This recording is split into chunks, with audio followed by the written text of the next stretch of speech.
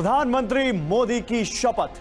नमस्कार, आपके साथ मैं हूं गौरव अग्रवाल और यह है नए भारत का कर्तव्य पथ। इस वक्त हम आपको ग्राफिक्स की मदद से न्यू इंडिया का वो सपना दिखा रहे हैं जिसे पीएम मोदी ने सच कर दिखाया है।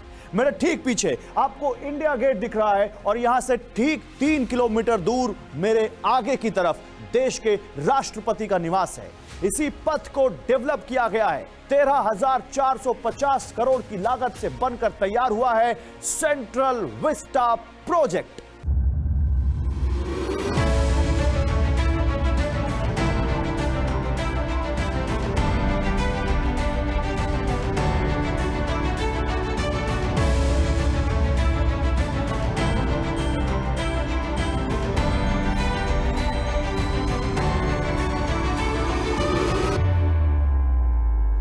तो इस वक्त जिस पथ पर मैं अग्रसर हूं वहां आपने गणतंत्र का उत्सव देखा है। इसे राजपथ के नाम से जाना जाता था, लेकिन अब इसका नाम कर्तव्य पथ होगा। आज मैं अपने सहयोगियों की मदद से आपको सेंट्रल विस्टा प्रोजेक्ट का चप्पा चप्पा दिखाने वाला हूं। और जब यह मेगा प्रोजेक्ट बनकर रेडी हो जाएगा तो नजारा बदल गया होगा। दोनों तरफ भारतीय संस्कृति की झलक, हरियाली और करीने से सहेजे गए इस देश के समृद्ध इतिहास का अक्स दिखाई देगा। और ये देखिए, साइन बोर्ड से पता चल रहा है कि मेरे दाहिनी तरफ सेंट्रल सेक्रेटरीट है, जहां मौजूद है मेरे सहयोगी रवि मिश्रा। रवि के पास चलते हैं। रवि। शुक्रिया गौरव। तो बात हो रही है केंद्रीय सचिवालय की। कैसा होगा भारत का केंद्रीय सचिवालय? करीब 54,000 कर्मचारियों के साथ केंद्र सरकार के सभी 51 मंत्रालयों के लिए जिस नए सचिवालय का निर्माण हो रहा है वो डोनट के आकार का है। और मोदी सरकार के 51 मंत्री यहीं एक साथ बैठा करेंगे। करीब 10 ऑफिस होंगे और एक सेंट्रल कॉम्प्लेक्स हॉल भी होगा। नया सचिवालय सेंट्रल विस्टा का हिस्सा है और यहां आपको उद्योग भवन, निर्माण भवन, कृषि भवन और शास्त्री भवन जैसे मंत्रालय मिलेंगे।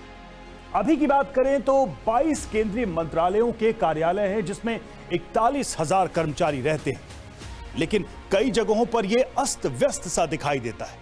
अब केंद्रीय सचिवालय के ऑफिस के डिजाइन से न्यू इंडिया का विजन साकार होगा। हमारे अधिकारी कर्मचारी यहीं पर बैठेंगे और उनको ढंग से काम करने का मौका मिलेगा।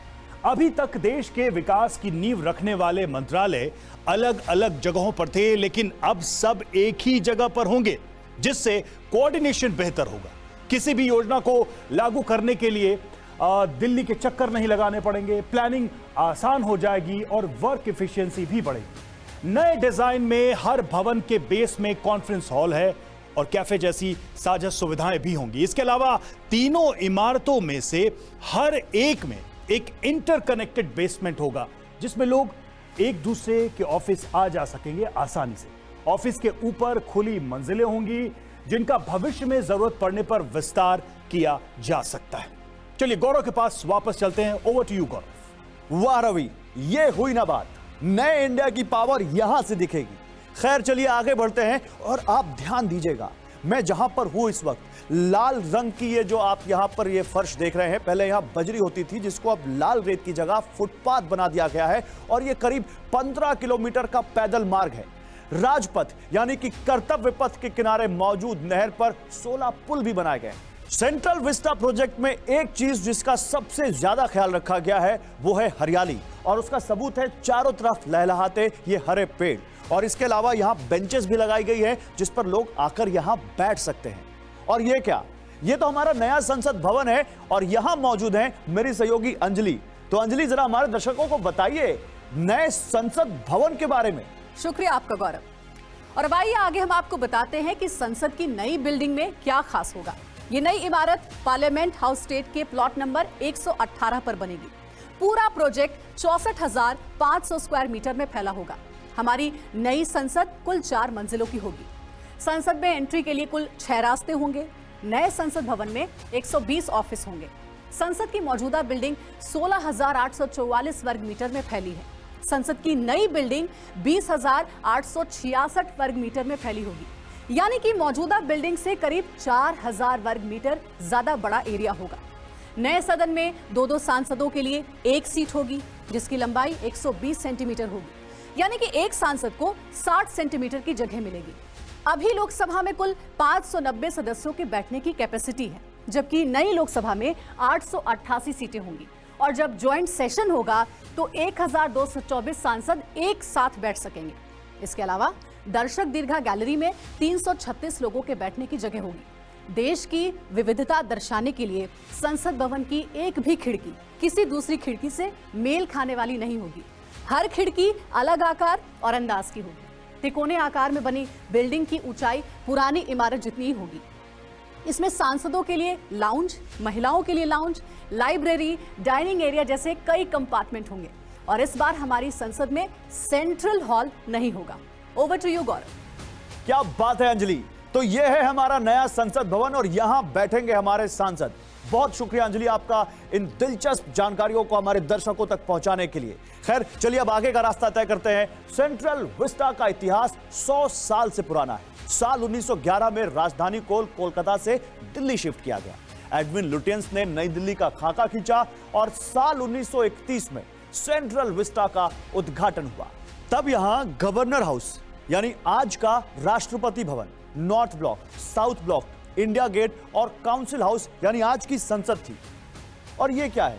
ये है उपराष्ट्रपति का निवास और यहां मौजूद हैं मेरे सहयोगी विपिन चौबे। विपिन, बताइए जरा कैसा होगा नया उपराष्ट्रपति भवन? जी गौरव, बिल्कुल ठीक कहा आपने। मैं इस वक्त सेंट्रल विस्टा प्रोजेक्ट के उस खास हिस्से में मौजूद हूं जहां हमारे देश के उपराष्ट्रपति का सरकारी आवास होगा। फिलहाल ये जो आवास है वो मौलाना आजाद रोड पर है, लेकिन अब इसे शिफ्ट किया जा रहा है। उपराष्ट्रपति का नया घर पुराने घर से बड़ा होगा और कई सुविधाओं से लैस होगा। सिक्योरिटी और प्राइवेसी, इन दोनों बातों का बहुत ज्यादा इसमें ध्यान रखा गया है। नया उपराष्ट्रपति निवास 15 एकड़ जमीन पर बन रहा है। यह 5 मंजिल का होगा और हर मंजिल की हाइट लगभग 15 मीटर होगी, जहां वाइस प्रेसिडेंट का घर और ऑफिस दोनों मौजूद होंगे। वाइस प्रेसिडेंट रेजिडेंस में कुल 32 बिल्डिंग होगी। यह राष्ट्रपति भवन के बहुत ज्यादा करीब होगा और नए संसद भवन से भी, क्योंकि वाइस प्रेसिडेंट ही राज्यसभा के सभापति भी होते हैं, इसलिए संसद भवन आने जाने में उन्हें सुविधा होगी। ओवर टू यू गौरव। बहुत बढ़िया, आपने भी बहुत सटीक जानकारी दी है हमारे दर्शकों को। बहुत शुक्रिया आपका भी विपिन। आप देख रहे हैं ना, सब कुछ एक जगह कैसे सिमट जा रहा है। इससे देश के कामकाज में आसानी होगी। हाँ, वैसे हम इतिहास की बात कर रहे थे। साल 1962 आते आते कृषि भवन, उद्योग भवन, रेल भवन और वायु भवन भी सेंट्रल विस्टा की शान बन गए। मतलब कुल मिलाकर देश का पावर सेंटर बन गया है ये इलाका।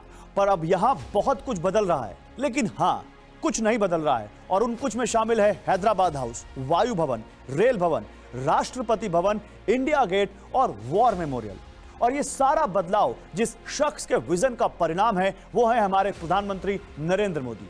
और देखिए, ये है उनका नया आधिकारिक निवास जो अब प्रेसिडेंट हाउस के करीब आ जाएगा। और यहां मौजूद है मेरे सहयोगी समीर अब्बास। तो समीर, बताइए क्या खासियत है नए प्रधानमंत्री आवास की?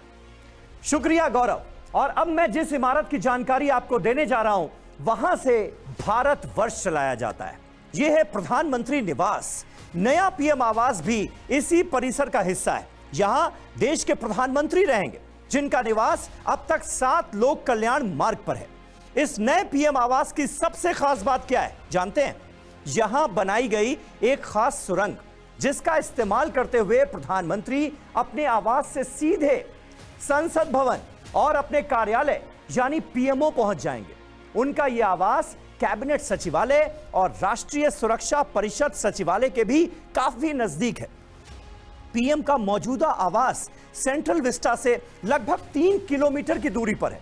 अगर इसका इस्तेमाल किया जाता तो हम सब जानते हैं कि पीएम के काफिले के चलते शहर के ट्रैफिक में बड़ी दिक्कत होती, लेकिन अब ट्रैफिक सामान्य होगा। प्रधानमंत्री का नया आवास 15 एकड़ के प्लॉट में बन रहा है। 3 मंजिल की 10 इमारतें इसका हिस्सा होंगी। प्रधानमंत्री की सुरक्षा करने वाली एसपीजी के लिए करीब 3 एकड़ के प्लॉट की व्यवस्था की गई। प्रधानमंत्री आवास को पूरा करने और उसे सौंपने की समय सीमा सितंबर 2024 तक निर्धारित की गई है और गौरव, सभी काम अपने तय वक्त पर मुकम्मल हो रहे हैं। Over to you. Thank you Sameer आपका इस नए पीएम आवास की खूबियां बताने के लिए। और चलिए अब कर्तव्य पथ पर चलते चलते मैं प्रेसिडेंट हाउस के सामने पहुंच गया हूं। पहले देश प्रेसिडेंट हाउस के पास मौजूद नॉर्थ ब्लॉक और साउथ ब्लॉक से चलता, लेकिन अब नई इमारतें बन रही हैं जो आपने देखी हैं। कुछ इमारतों का इस्तेमाल बदल रहा है और कुछ इमारतों को रेनोवेशन के लिए गिराया भी जाएगा। पर जब यह सेंट्रल विस्टा पूरी तरह बनकर रेडी हो जाएगा तो देश से लेकर विदेश तक लोग हिंदुस्तान का दम सेंट्रल विस्टा जैसी अत्याधुनिक, आकर्षक और अद्भुत उपलब्धि देखकर समझ जाएंगे। यह प्रधानमंत्री मोदी का पथ है और यही नए इंडिया का दम भी है।